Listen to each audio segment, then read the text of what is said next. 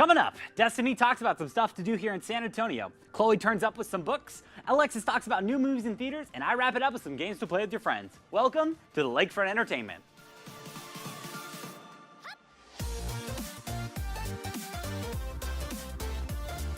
Hi, welcome. We're super excited to be here with you guys at OLLU. We're itching to get started, so let's just hop right in.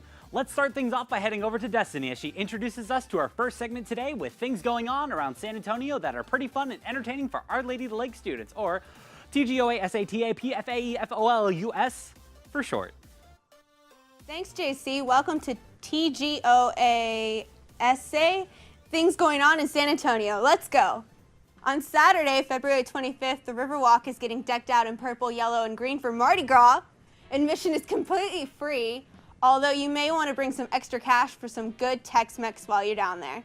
The event starts at 1 p.m., so be sure to get there a little early for some good parking. Past years have shown that it gets a little crowded.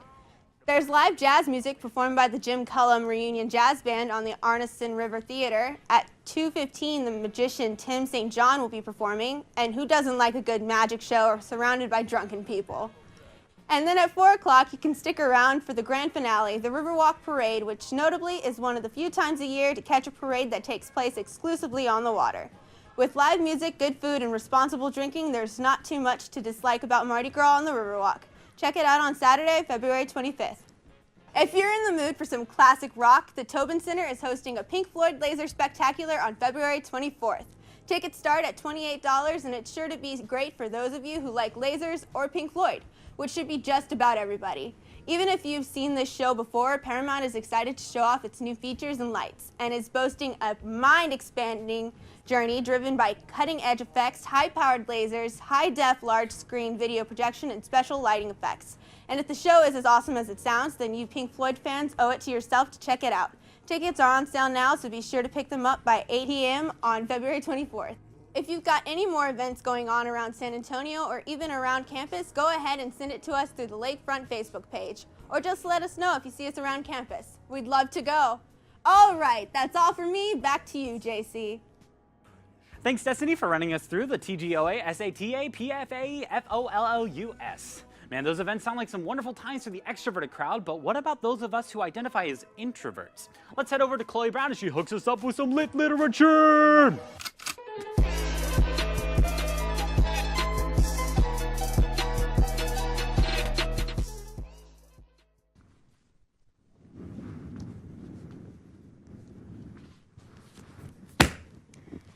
Hello, and welcome to Lit Literature, where we turn up the literature. It's only February, and resolutions are dropping faster than my GPA. The best way to fill any void in life is to read about people who have it worse on than me. Today, I'm going to talk about some books to make you feel better about yourself. First up, I have King's Cage by Victoria Aveyard. It's the third installment in the Red Queen series. There's a good old saying that at the end of the day, we all bleed red.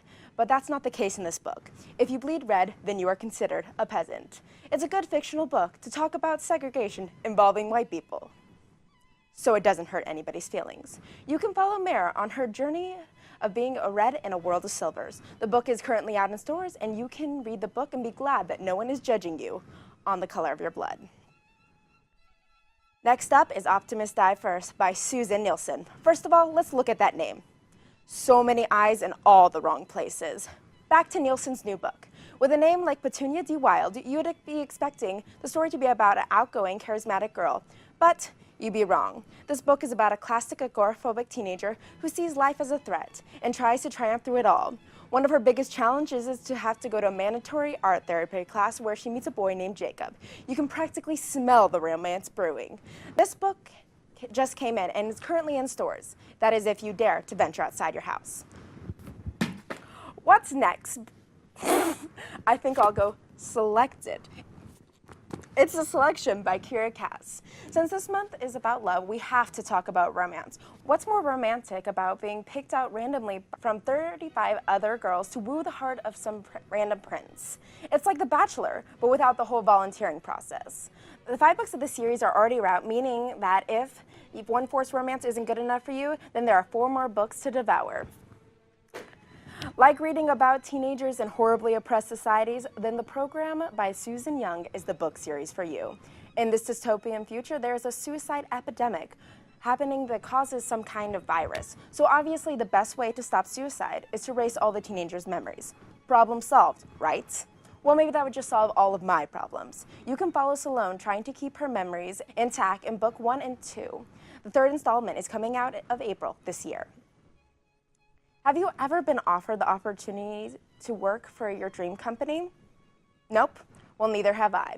But you can read about May Holland getting the perfect job to work for an internet company called The Circle. David Egger eggs on his readers in the book Circle as May finds her way through the story and realizes nothing is like she would think it to be, which stands for the plot for most dystopian books that want to talk about the danger of new technology. More than just being a movie starring Emma Watson, this book circles around privacy, democracy, and are any of us really free? This book came out in 2013, but if you are just itching for more, the movie is going to be out on April 28th.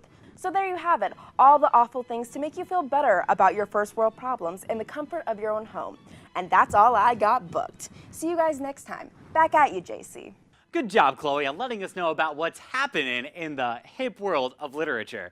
I give your segment a 100 emoji out of 10. Next up on our merry adventure is Alexis, who's going to be letting us know what's going on in the world of cinema. Take it away, Alexis. Did you see 50 Shades Darker this weekend? Well, I didn't because what's that? Is that the bat signal I see? The Lego Batman movie came out that same weekend, so the Dark Knight overshadowed the darker shades of gray, which is basically black, isn't it? Batman only works in black and very dark gray, so all signs were really pointing to go see Batman in Lego form. Taking a break from the dark and brooding Batman we've seen in past movie releases, I'm looking at you, Batman v Superman. Lego Batman tries his hand at comedy and does an incredible job. The Lego Batman wound up with 4 stars on Metacritic, while 50 Shades of Darker came in at about 1.5, and that rating scale only goes up to 5. I'm sure fans of 50 Shades of Grey enjoyed the sequel, but for those of us who haven't, this score isn't really something to get us in the seats. I guess if people are happy with it though, but I guess there's nothing wrong with a bad score by critics for a movie that fans love. I mean, superhero fans can agree on that. John Wick Chapter 2 was a killer sequel though. Get it? Killer? Because, never mind. Picking up right from where the end of the first John Wick, this film follows the hero as he attempts to retrieve his vehicle. Of course, that drives him to kill more people, launching Chapter 2 into a spiral of murder, mystery, and something else that starts with an M. Action? Whatever. This film stars newcomer Common and Ruby Rose, and fans of the first will definitely love this latest entry. Next month, watch out for the much-anticipated Logan, starring the one and only Wolverine we've ever known, Hugh Jackman, and what looks like his successor, who just so happens to be a big fan and, like a few of us, happens to collect his comic books. She's just as fierce as Logan, so it seems like the future of the X-Men will be in good hands, although a Deadpool v Wolverine movie might be a nice send-off for Hugh Jackman as Logan before he retracts his claws for good. I know I'll be in theaters that weekend. That's it for me. JC, take it away. Awesome! I saw the Lego Batman movie and can personally say that it's absolutely fantastic. Batman is definitely my favorite superhero of all time. Anyways, let's move on with some games to play while you're chilling with friends in the dorms. Local multiplayer is something that's been around ever since games started. Actually, before online gaming hit the scene, every game was local multiplayer. So in the spirit of couch co-op, let's talk about some games to play together in the same room. Starting things off is a board game called Betrayal at House on the Hill. BHH is a game for 3 to 6 players, although I recommend at least 5 for the best experience. In this game, each player starts as an adventurer entering a haunted mansion. The door slams behind you, locking you in and forcing you to explore.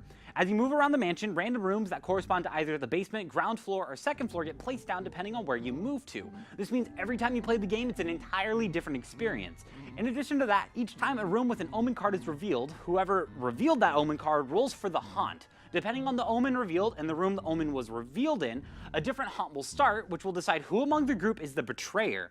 That's right, no one knows who will betray who in this game, and with well over 50 haunts, this game has a huge amount of replay value. If this game seems a little complicated, I felt the same way too when I first played it. However, it only takes a couple of minutes to playing to really get the hang of it, meaning everybody can gather around and enjoy together. For around 30 bucks, it's well worth the cost in my opinion, and you can get yourself a copy of Betrayal at House on the Hill today.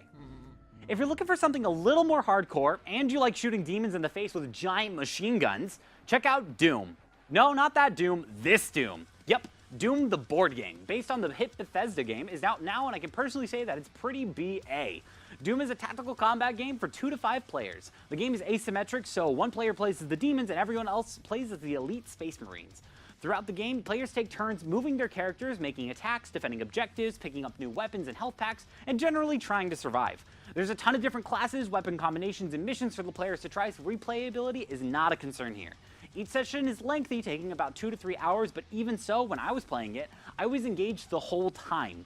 Each player's actions have a significant impact on the rest of the game, so every turn feels like the most important turn ever. I highly recommend turning on the soundtrack from the video game while you play for the optimal experience. It really sets the tone. This game comes with full figures for each of the different demons and players, and I really gotta say they're pretty sweet. However, the quality of the game comes with a premium with a $110 price tag. But if you do manage to find someone with a copy of the game, I promise you'll have a good time. Doom, the board game, is available to order now. If video games are more your style, but you're still looking for a good time with your friends, check out Overcooked. Overcooked is a local multiplayer game to up to 4 players. Everybody's working together as a kitchen crew cooking up food at a breakneck pace. On your culinary quest, you'll see locations like a traditional kitchen, a moving vehicle, a volcano, or even space. This game also supports competitive modes as well as single-player campaigns, so no matter what your playstyle is, there's a flavor for everyone. With hours upon hours of content, Overcooked can supply even the most avid of gamers with more than a couple solid nights of multiplayer fun. And even better, this whole game was made by only 2 people. Give Overcooked some love by buying it for PC, PS4, and Xbox One today. That about does it for this week on Lakefront Entertainment. Thank you so much for watching, and if you liked it, go ahead and tell your friends about it. If you're part of an event going on around campus, let us know. We'd be more than happy to promote your event to make it even bigger and better. That should wrap it up for this week. We'll see you guys soon.